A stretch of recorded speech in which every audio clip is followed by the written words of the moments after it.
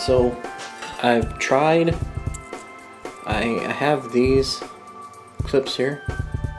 Here we go. And then these.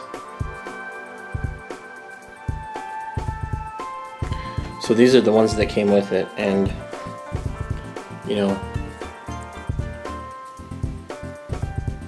there's some difference there. So I'm gonna try the Ford ones, but they may not work. So I may have to go to the parts store and see if I can find some of these specifically, but we'll find out. So I'm working on trying to put the interior, or what interior pieces I have in the car, and I'm missing some, a lot, most. Anyway, there's one thing that I wanted to show you guys here. So we had 2 solid days of hardcore rain here in Indiana, and there's standing water in the car. So let me show you. So here you go. So I don't know if this plug is actually something I can pull up to drain all this water out. It may not be. So I might just get a bunch of rags and stuff, but I don't want this to pull up in here and start causing rust. But I don't know, I guess the hatch is leaking maybe, which wouldn't really surprise me, but see, I gotta clean all this stuff up too. Anyone that lives in the Midwest knows that rust is just evil. And it won't take long, because it didn't take long on my Ranger, which I guess I can show you guys real quick here. So this Ranger was completely rust-free from Colorado, and we got some rust here. So what happened was this door plug, or this door drain, whatever you want to call it, it got plugged up, and I didn't catch it. So this door sat with water in it for a while, and obviously the rust got to it, and now it's getting here on the cab. And I don't want that to happen on the S13. So I get to deal with that. But the one piece that I'm missing this piece on the other side. So I think that's the passenger. Maybe it's the driver. Yeah. I'm not sure how it goes. But anyway. So I'm going to get as many of these pieces back in as I can after I get that water taken care of.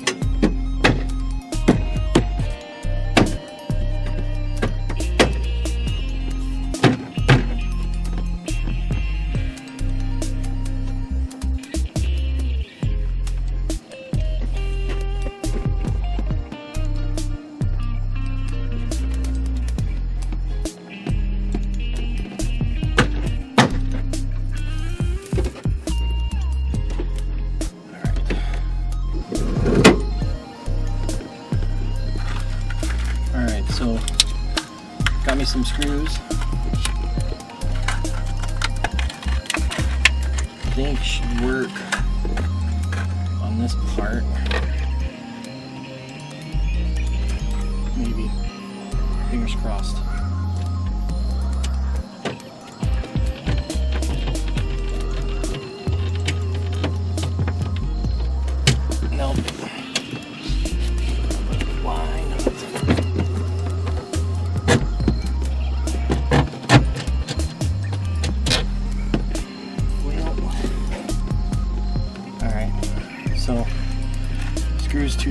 maybe it's not a screw. Thought it was a screw on that side. Unless it's this bigger one. That's not long enough. Alright.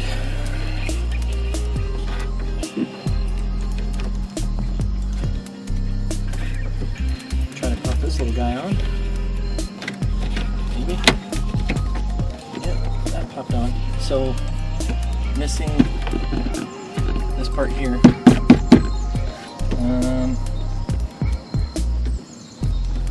This is a really handy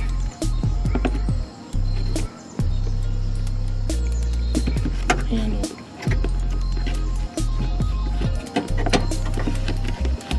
I bet, yeah, I think it totally would have fit, so I might try to pop this door handle or this door panel back off if I don't break this little piece.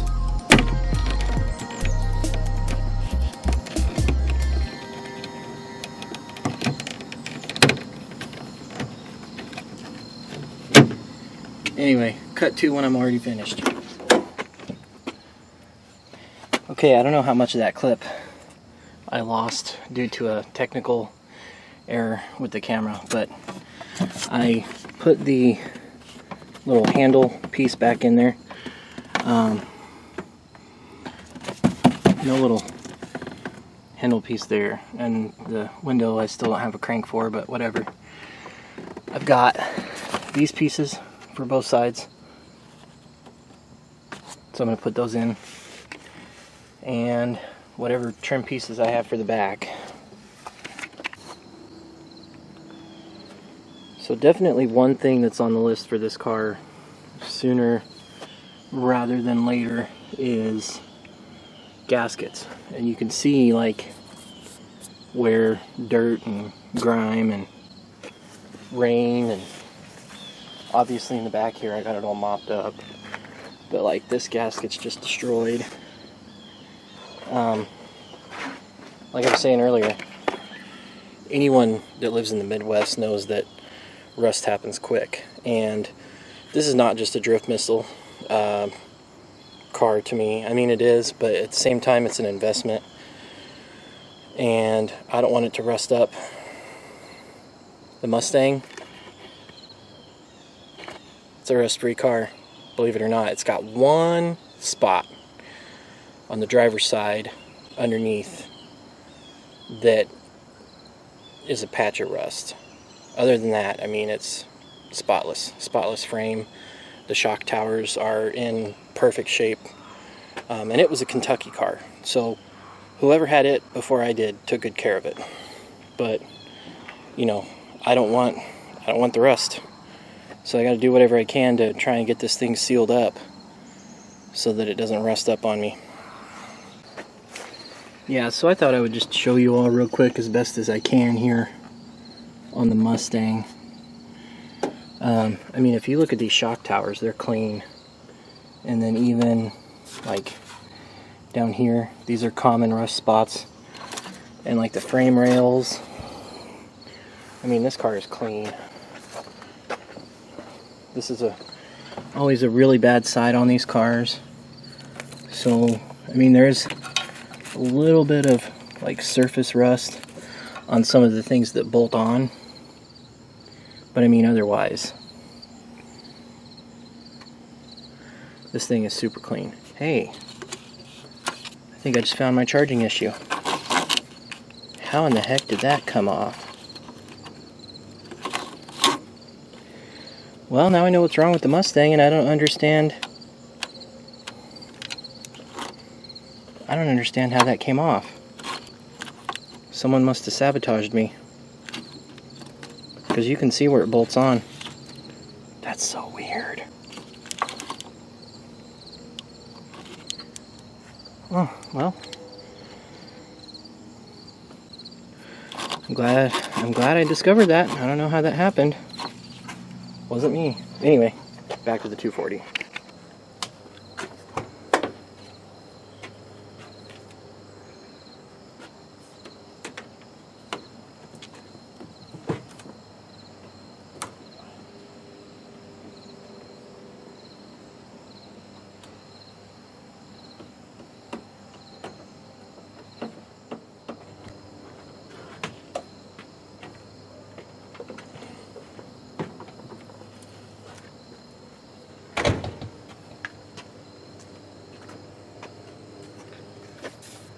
So further assessment has determined that these clips are all broken, so I can't put this piece back on unless I do it a different way. Bummer. Alright, so here we are. I've put in the pieces that I can put in. They're not, you know, perfectly mounted. I need to move the bottom of that one so that it's on the other side of that stupid roll bar thing, like on that side.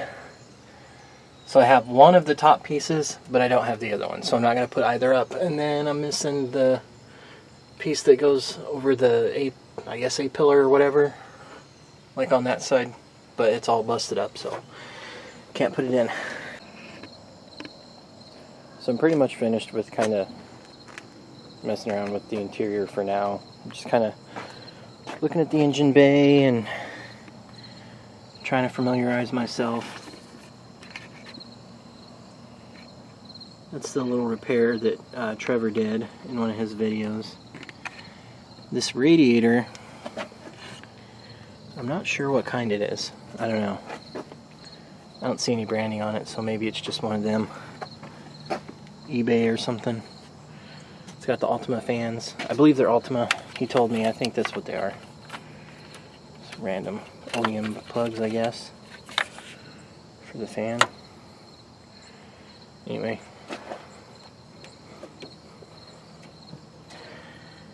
So,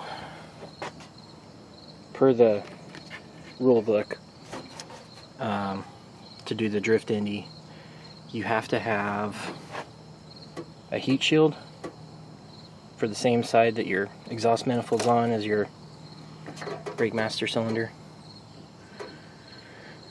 So I'm going to have to get a heat shield. I don't know if they make those custom or if I'm going to have to make one. And I'm going to need probably a catch can. Yeah, so that shouldn't be too difficult. Oh, I need an overflow tank too for the radiator. That's another thing I need for sure.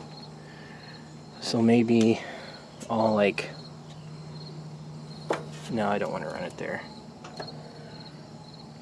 Maybe I can run it, well, I don't want to run it to the fuel side. I bet I can mount it over here somewhere.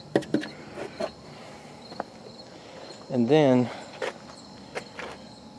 windshield. So,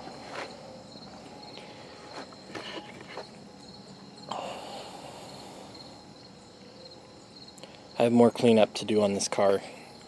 I'm not going to get in too much of a rush, and really I'm only going to do videos when I have stuff to do, I suppose, because I don't know how long people can stand seeing me put in, you know, interior piece here and there, and I don't know. This car needs a lot of cleanup.